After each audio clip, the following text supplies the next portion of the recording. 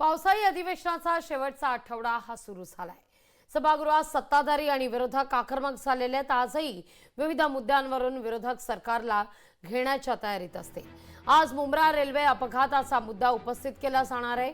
विरोधकांकडून अपघाताचा प्रमाण रोखण्याकरता उपाययोजनांची मागणी देखील विरोधकांकडून केली जाण्याची शक्यता नाकारता येत नाही।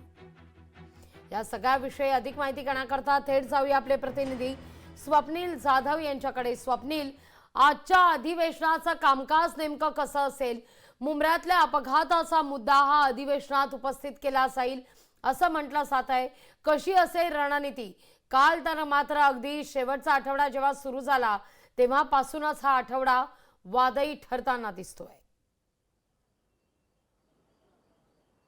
निश्चितच लागवी हा पावसाळी अधिवेशनात शेवटचा आठवडा आहे। 3 दिवसच कामकाजाला उरलेले आहेत। मात्र शेवटच्या आठवड्यामध्ये विरोधकांनी जनतेचे प्रश्न हे लावून धरल्याचं पाहायला मिळतं आणि अधिकच चर्चा या शेवटच्या आठवड्यात होती। आज दिवसभराचं कामकाज जर पाहिलं तर आज पहिलाच म्हणजे लक्षवेधीचा मुद्दा असणार आणि यामध्ये मुंब्रा येथे जी दुर्घटना घडली, ज्या प्रवाशांचा मृत्यू झाला त्यांच्या संदर्भात या ठिकाणी चर्चा होणार आणि जे प्रवाशांचे अडचणी असतील या संदर्भात सुद्धा आमदार आहे ते सभागृहाचं लक्ष वेधतील। तसेच प्रवाशांसाठी उपाययोजना करण्यात याव्या यासाठी सुद्धा सरकारने आणि रेल्वे प्रशासनाने एकमताने काम केलं पाहिजे अशा प्रकारची सूचना सुद्धा करण्यात येणार आहे। मात्र एकूणच राज्य सरकारकडून नक्की काय उत्तर दिलं जातं हे पाहणं महत्त्वाचं आहे। काल सुद्धा एक बैठक झाली होती प्रवाशांच्या दृष्टीने, मात्र याच्यानंतर उत्तर काय दिलं जातं सभागृहात हे महत्त्वाचं असेल। आणि आणखी दिवसभरातील महत्त्वाचे मुद्दे म्हणजे राज्यातील पायाभूत सुविधा, विकास कामं, निकृष्ट बांधकाम, रस्त्यांच्या असलेलं निकृष्ट बांधकाम, तसेच विकास कामांमध्ये झालेला भ्रष्टाचार हे मुद्दे सुद्धा चर्चेला येणार आहेत। त्यामुळे यावरती सुद्धा सत्ताधारी आणि विरोधक हे दोन्ही आमदार आहेत ते सभागृहाचे लक्ष वेधतील।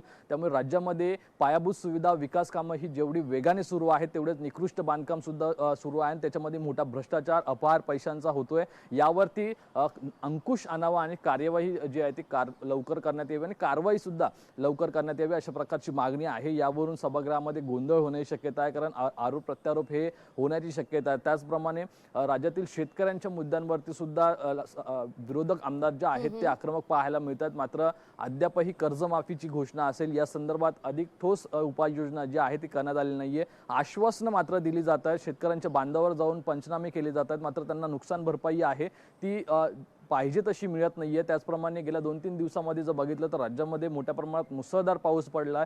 आज सुद्धा काही जिल्ह्यांमध्ये मुसळधार पावसामुळे जनसंपर्क आहे तो तुटलेला पाहायला मिळतोय। त्यामुळे या ठिकाणी सुद्धा मदत जी आहे ते शेतकरी असतील जनतेपर्यंत तात्काळ पोहोचवण्यात यावी यासाठी सुद्धा सभागृहाचे लक्ष वेधण्यात येणार आहे। आणि विधान परिषदेमध्ये कामकाज जर पाहिलं तर विधान परिषदेमध्ये सुद्धा अनेक महत्त्वाचे मुद्दे आहेत। विकास कामं असेल, शेतकरी असेल, तसेच भ्रष्टाचार आणि शिक्षकांच्या सुद्धा काही प्रश्नांच्या या ठिकाणी उल्लेख केला जाणार आहे। तर दुसरं म्हणजे विधान परिषदेमध्ये ज्या सदस्यांचा निरोप समारंभ आहे त्यांना सुद्धा या ठिकाणी निरोप देण्यात येणार आहे। ज्यांचा कार्यकाळ हा या अधिवेशनानंतर पुढच्या अधिवेशनाच्या आतमध्ये ज्यांचा कार्यकाळ संपतो त्यांचा सुद्धा निरोप समारंभ होणार आहे। त्यामुळे आजच्या या दिवसभरामध्ये महत्त्वाच्या मुद्द्यांवरती सभागृहात गोंधळ होऊ शकतो।